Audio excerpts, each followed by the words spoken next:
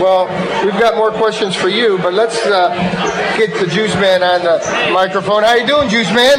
Hey there. How you doing? I'm I good. got to show Ray This is the newest one? Newest This is creation Christmas by the gift? Guice Mann.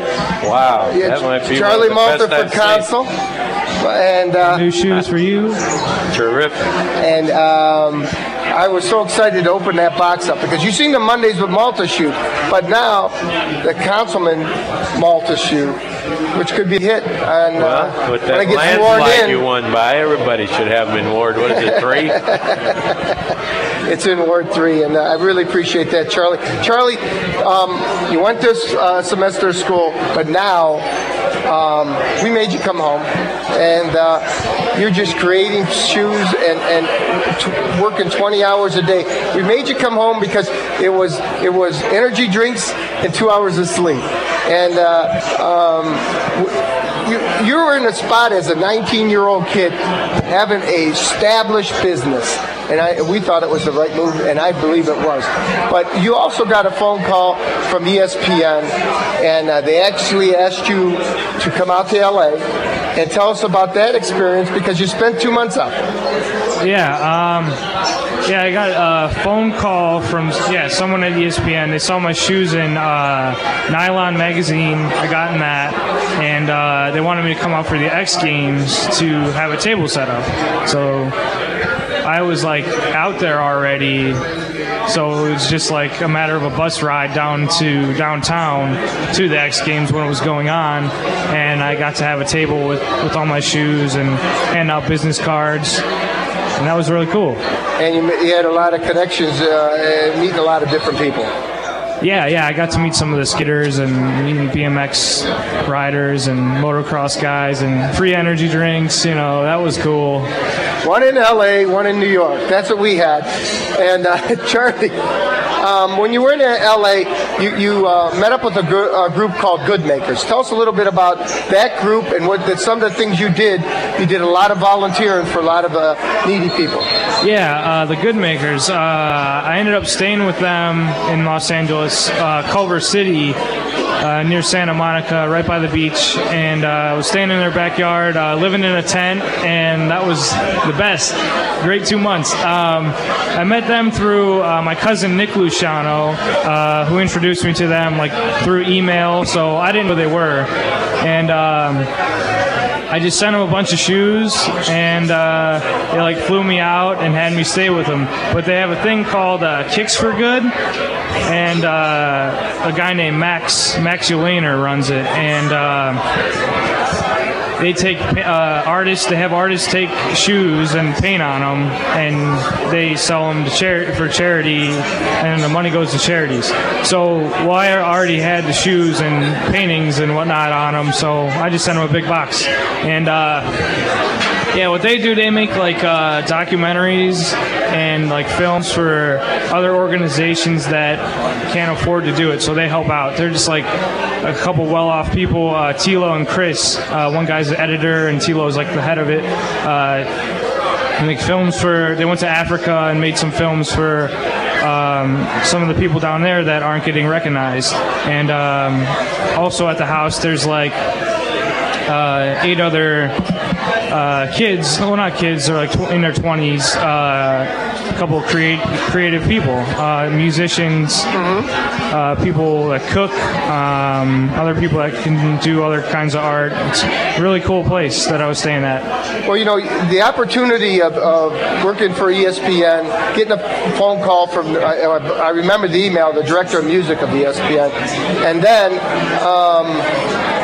getting a phone call from the owner of the Seattle Sounders and had you come as halftime with the Good Makers, halftime entertainment for the Seattle Sounders, where they private jetted you to Seattle from LA, and you guys, you designed a pair of shoes and gave them away to charity. Yeah.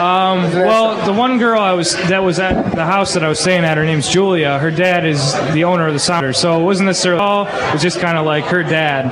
That he's like a film producer out in Los Angeles. So yeah, we all got to ride the private jet and went up to Seattle for a couple days, and they had an auction for a guy named Jimmy V. It was a Jimmy V Foundation. Sure. And the shoes sold for $600, so that was cool. That's fantastic. It was a great event, and I got to see the Sounders play, so that was great. Yeah, Jimmy V, of course, Jimmy Villano, the late great coach at North Carolina State that won a big NCAA championship. He has a big foundation now named after him. Great publicity. Can't beat that. Yeah, it was awesome. I loved it up there in Seattle. I guess in your business, more than any, it's basically getting your product out there so that the people can see it. And then, like you mentioned, contacts. If somebody likes what they see and they bring you out to a show or whatever, and so you can show it to more people. Someone comes to that show, sees it, likes it, wants you to do something else. Am I on the right track? Is that basically, I mean, you just don't sit back there and wait for people to come to you. It's nice, but you want to get yourself and your product and shoes out to the public, right? I mean, yeah, definitely. Like once I get one order, that person gets a pair, then all their friends see them. So it's just like continuously get orders. Like I have like 45 orders now, and I keep having them come in. I got an order today for a painting and some shoes, matching. So it's great. It just keeps spreading and getting bigger, and I continue to work hard every day at it. And just for our listeners out there, let's say from start to finish, like I know you work on multiple shoes at the same time? Yeah, I'll have maybe like 3 or 4 pairs going a day. I can finish up to like 2 pairs a day. That's what I was going to ask. So let's say right now I just said, I want a pair of shoes and I got to have them as soon as possible. So you sit down and you start. From that point till you say, hey, Ray, here's your shoes. Can you give me like an hours or days? Or? Yeah, I can finish a pair in a day. Like if you order now, I'll finish them I'll have them done by 4 a.m., Ray. Wow. Okay. No, I get a great idea. Needed them that quick. I didn't know if it was a weekly thing or 3 days. So naturally, you're going to get backed up. Of course, I hope you sometimes get to a point where you got workers working for you. Or is this something that has to be done individually by you? Yeah, I don't want to hire anyone. I would think it takes that originality away from it, right? I mean, your shoes are you. Right. And if I worked for you and I made a shoe, it might be similar, but it's not you.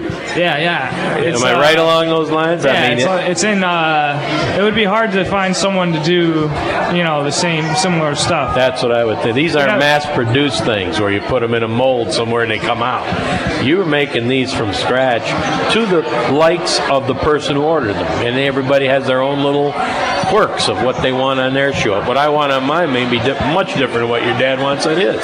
Right. Correct? It kind of fits your own personality is what I'm trying to say. Yeah, anything, you just throw ideas at me and I'll mix it up in my head and it'll come out on the shoe. Great. Well, again, there's that imagination, there's that use of the mind that, you're just not going to get from punching a computer or a calculator. Not that there's anything wrong with those kind of lines of work, and I'm sure some of our guests tonight are pursuing those kind of lines.